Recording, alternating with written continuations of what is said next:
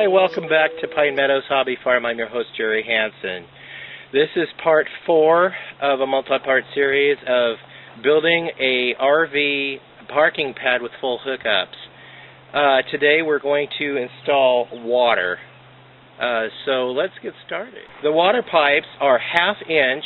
They are 10 foot in length, and the couplings will join them together.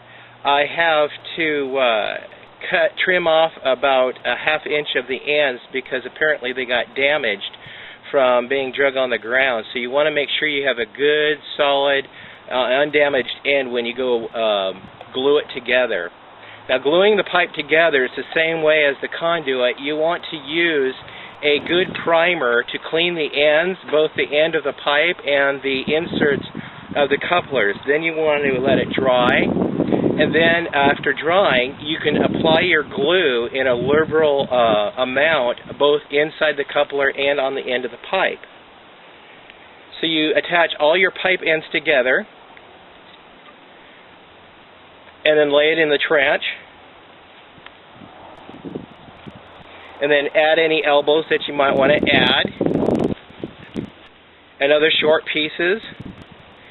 And then finally you want to add your coupler, which goes under the pipe and couples. It's a threaded coupler, and it goes with your hose bib.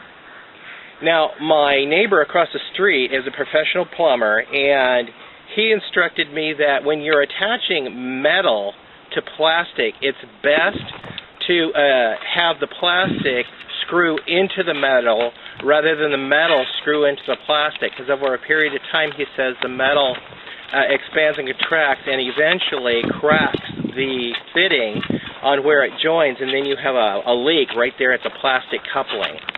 So you want your hose bibs to mount and screw onto your plastic fitting. So your plastic fitting is screwed into the hose bib.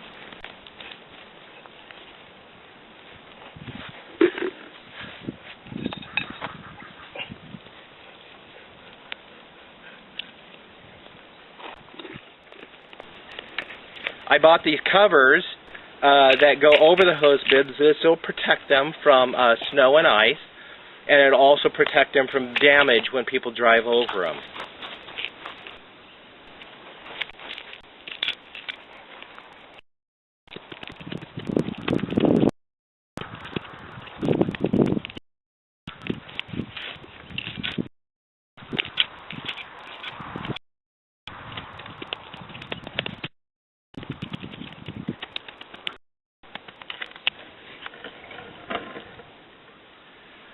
So the water is now installed. I did my pressure test on the lines, and there's no leaks, and we're ready to go.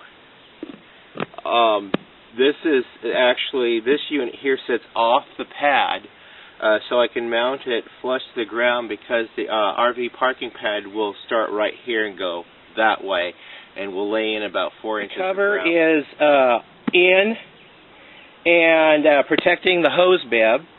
And it's 4 inches above grade, because we're going to have 4 inches of gravel laying over the top of this. So this is going to fit flush with the gravel. And then I'm going to go ahead and build a 1 foot square box to go over the top of this and cement it to get a cement protection around it from 2x4. So this will set flush on that 2x4. That way, in case somebody drives over it, this won't damage this. The cement will help protect it. So underneath you'll find the hose bib. I packed it full of dirt inside, up flush with the hose bib. This will also help protect it from snow and ice and give it some insulation value. In the winter time, I'm going to go ahead and pack this full of insulation to give it that extra insulating value. Of course, I don't plan to have the water lines charged during the winter times, because we won't be using the RVs. Unless we have an out-of-town guest, then I'll go ahead and charge the water lines. And I'll insulate the pipe going up, or the short length of hose going up to service the RV. That way we won't have freezing water. But anyway, that's it on the water, and we'll work on the cement next. I need some wood to build my forms for this cement around the sewer and water lines. So I'm going to glean from these.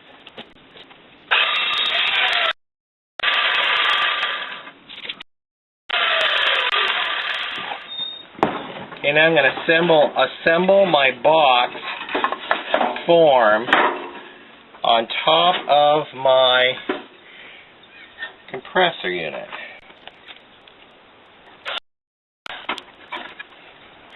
And it doesn't have to be fancy. So that has a knot in it. That's going to be interesting.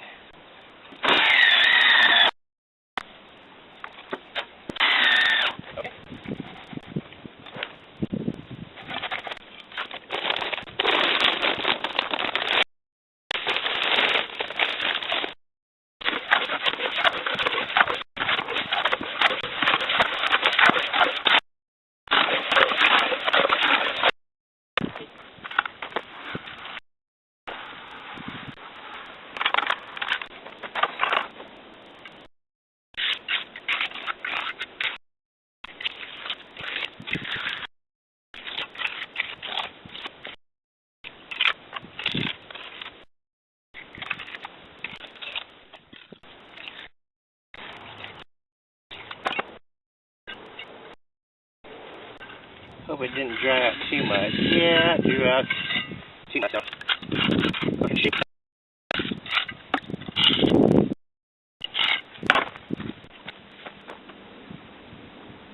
I want to thank you for coming to Pine Meadows Hobby Farm. The water system is now installed. We can move on to the sewer system, and that will be in the next video, so look forward to the next video. Please leave a comment and subscribe, and look forward to the next videos. I'm Jerry Hansen, your host. I want to thank you for coming.